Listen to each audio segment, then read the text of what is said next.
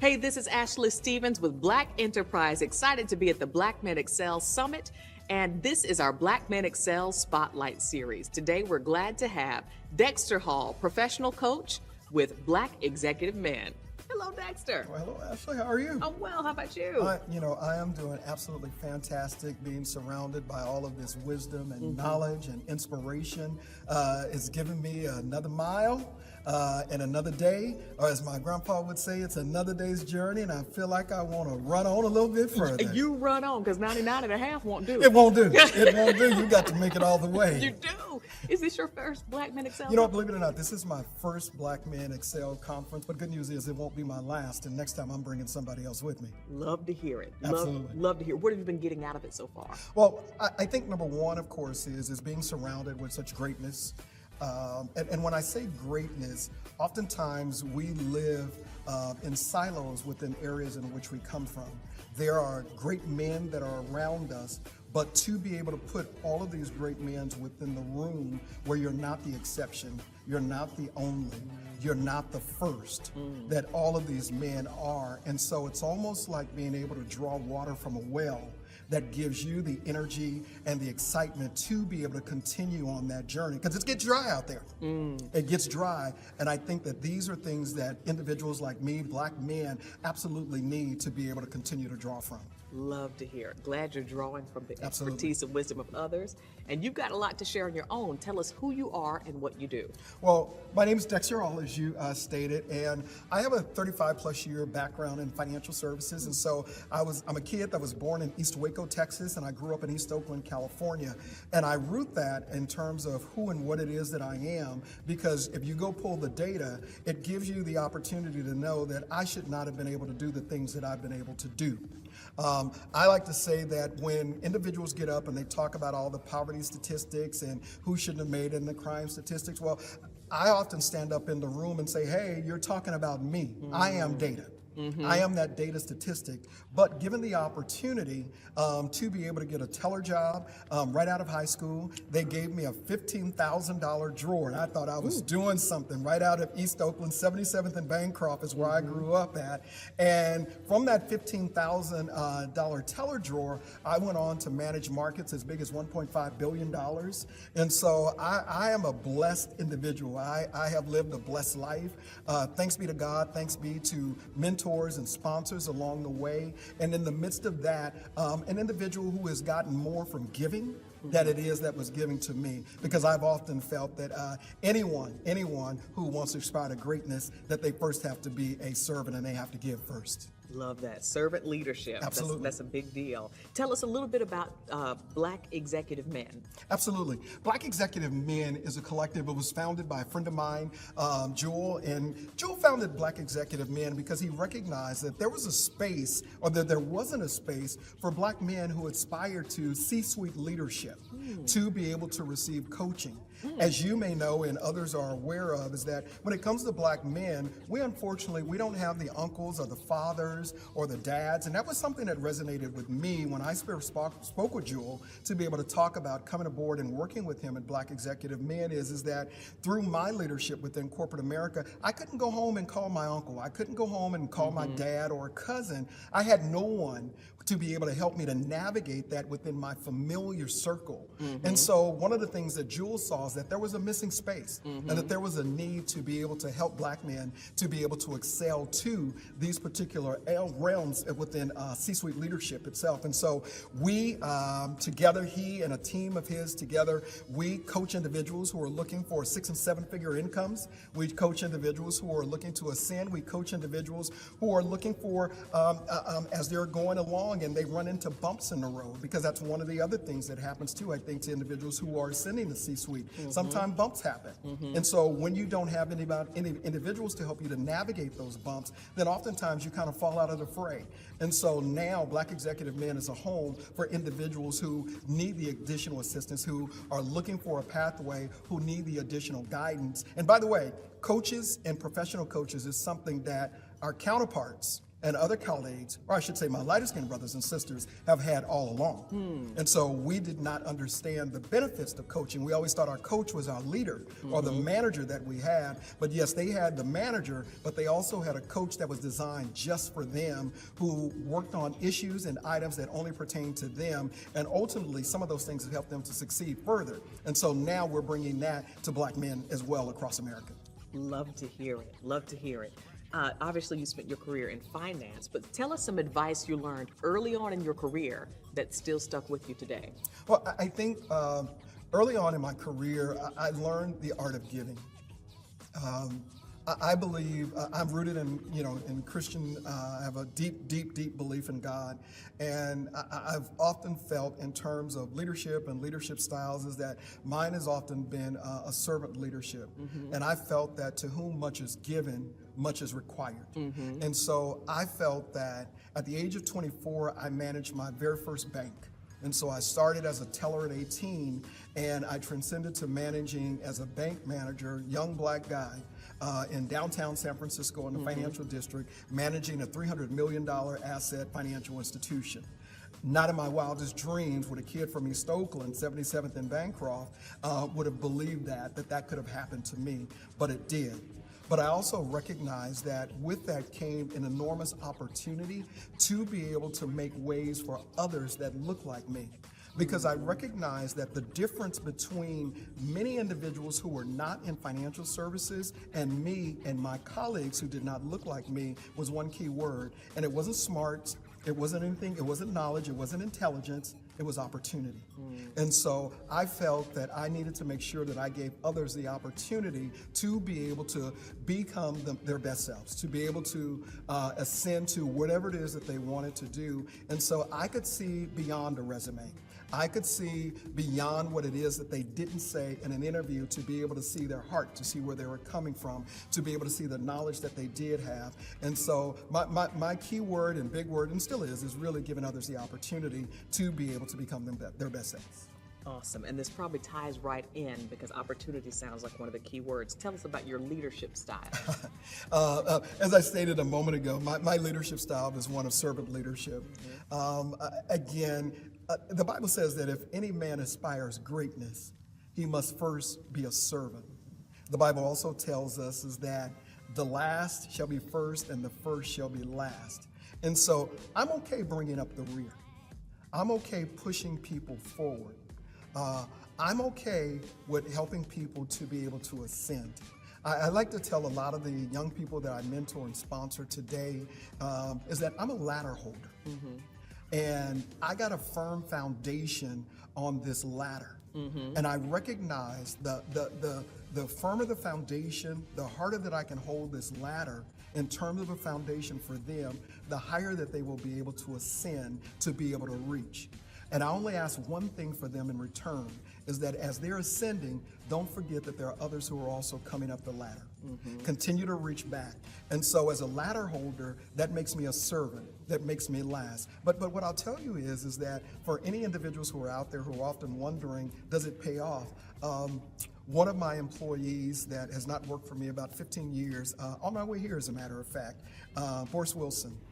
He is an L&D leader with Boston Scientific. He worked with me a long time ago, and he called me and he says, I just had to call and say thank you. And I says, okay, what's going on? What happened? Everything okay?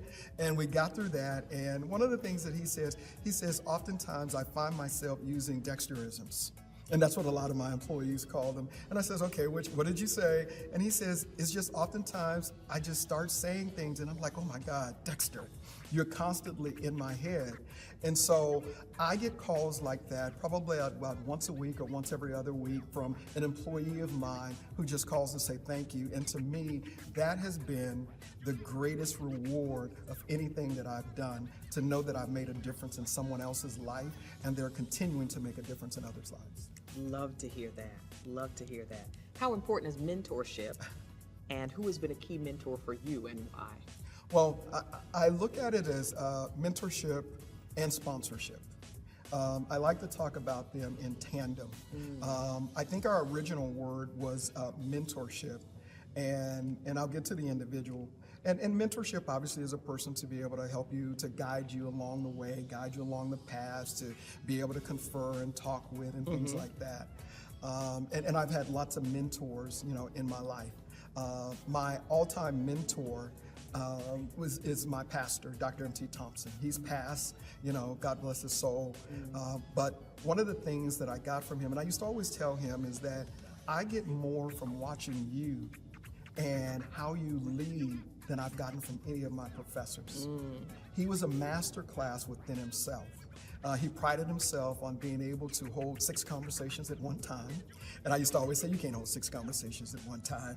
That's a fallacy. But what I failed to recognize, that I recognize now, it wasn't so much as holding in-depth conversations, it was how he made people feel. And because of the way he was able to make people feel, that people were able to follow him. And because they were able to follow him, he was able to get things done through our church and through our ministry and in life. And so he has been my forever mentor. He has taken up a lot of time with me in my lifetime. And so I'm grateful for him and grateful for his legacy and what it is that he's been to me and so many other individuals in the San Francisco Bay Area. But one of the other key words, of course, is sponsorship. I did a speech in a corporate boardroom for a Black employees group. This had to be in about 2006 or 2007. And we were talking about mentorship, and one of the things that we talked about at that particular point in time is that I wanted to introduce a term that I had learned about, which was sponsorship. Because I recognized that some of my counterparts were receiving promotions, they were receiving different job offers, opportunities, assignments and things. And I began to wonder, what's wrong with me? Why am I not getting these opportunities? And what I began to see is, of course, is that they had other individuals who was knocking on doors and opening doors for them. And so I began to realize how important sponsorship was in terms of a corporate career. Those individuals who went to the office down the street to say, hey, Dexter's a good person for this particular role, you should talk with him. Or say, hey, Dexter can do this job, and if he can't do it, you see me. And you begin to see how all of a sudden doors now begin to open up. And so Tracy Curtis was a British, I call it a British bombshell, but she was a white British lady who basically became a sponsor of mine and opened up numerous doors for me. And so eternally grateful for her as well. And a woman at that. Absolutely, and a white woman at that. That's powerful though, that someone opened the door for you and you continue to do it for other Absolutely. people. I love to hear it. Quickly, as we kind of wrap up, as a Black man, what challenges have you faced in your industry? I think the biggest challenge that we face is social capital. Social capital has the ability to give one access or deny one access. And that, of course, comes from the people that you know. And so oftentimes when you're in corporate America, you're dealing with individuals who don't look like you. They don't have your traditions on Sundays or your weekend traditions. And so which means oftentimes your paths don't cross except Monday through Friday. And so you don't necessarily have that ability to be able to build up that social capital where the boss may come down the aisle and say, hey Jim, come on, we're going to lunch, or we're playing golf this weekend, let's go, or how's your dad doing? And so, and all of that of course relates to social capital. And so the ability to not have social capital and trying to navigate, if you will, the annals of corporate America, I think is one of the Got it. Tell us about your wins. My biggest wins have been my 3 presidential daughters.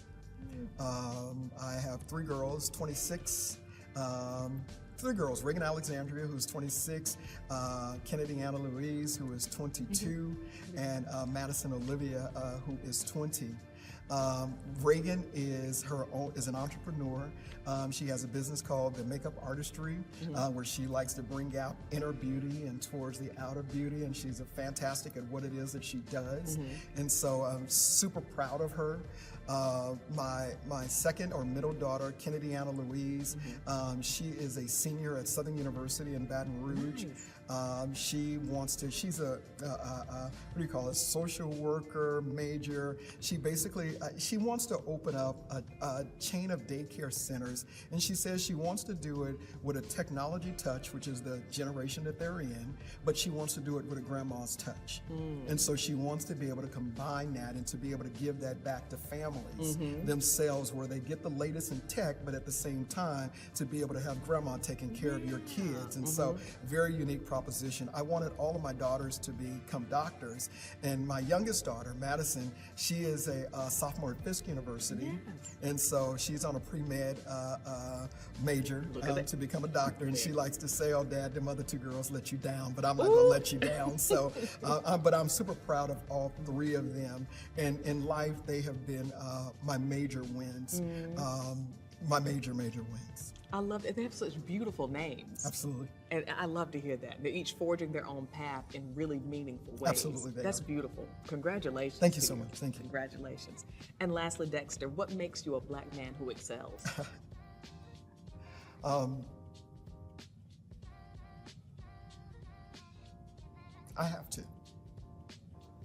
have to become a Black man that excels. As a Black man within our community, that we have a lot that is riding on us.